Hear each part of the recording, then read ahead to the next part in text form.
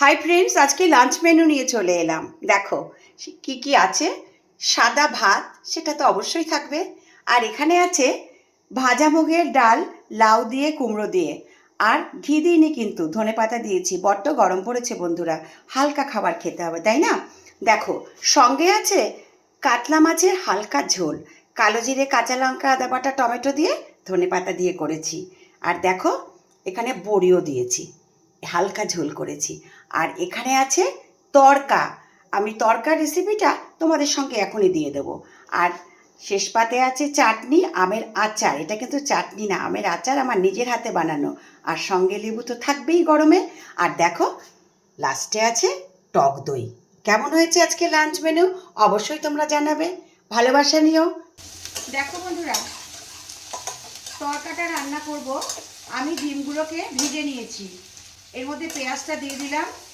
পেঁয়াজটা সাথে আমি টমেটোটাকেও ভেজে নেব। আদা রসুনের পেস্ট দিয়ে দিলাম। পেঁয়াজ, রসুন, আদা আমার সব ভাজা হয়ে গেছে।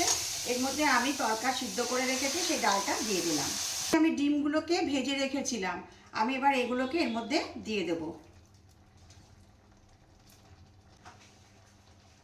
আর এখানে ধনেপাতার কুচিটাও দিয়ে দেব। একটু স্বাদটা বাড়াবার জন্য আমি সামান্য একটু মিষ্টি দিয়ে দিলাম। আমি এর মধ্যে তড়কা মশলা দিয়ে দিলাম। তড়কা আমার কমপ্লিট। কেমন হয়েছে তোমরা অবশ্যই বলবে।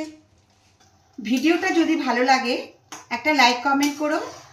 আর এরপরে অন্য কোনো নতুন ভিডিও নিয়ে অবশ্যই তোমাদের কাছে চলে আসবো। ভালোবাসা নিও, টাটা।